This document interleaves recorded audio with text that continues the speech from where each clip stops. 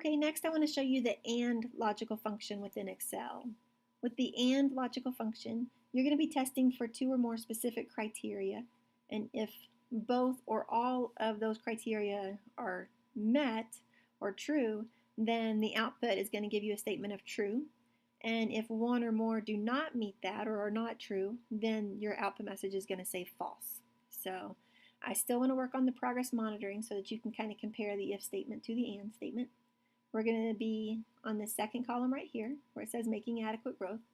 And where with our if statement, I just wanted to know if on the most recent progress monitoring anyone had met their proficient or their benchmark.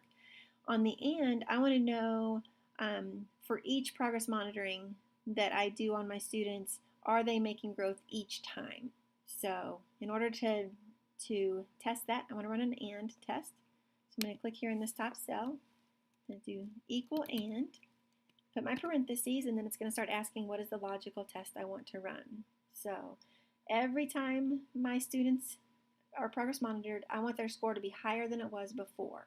So, and my first logical test, I'm going to look at progress monitoring 2, and I want to know, is that greater than progress monitoring 1? And when I hit my comma, it's going to know what is the logical test 2. My logical test 2 is going to test if my progress monitoring 3 is greater than my progress monitoring 2. So there are my two tests that I wanted to run. If we had more progress monitorings, I could do that for every single one.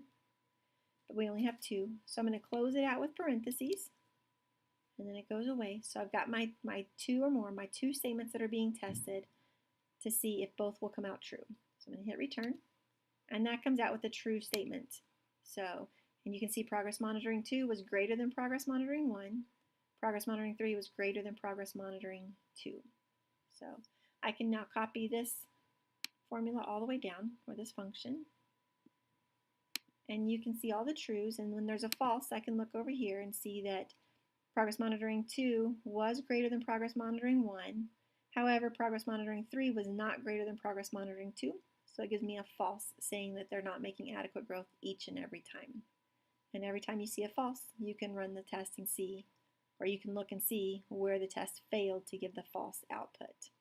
So one big difference with the AND statement and the if statement, the AND only gives a true or a false output, whereas the if statement, you tell Excel what you want the true or false statement to say.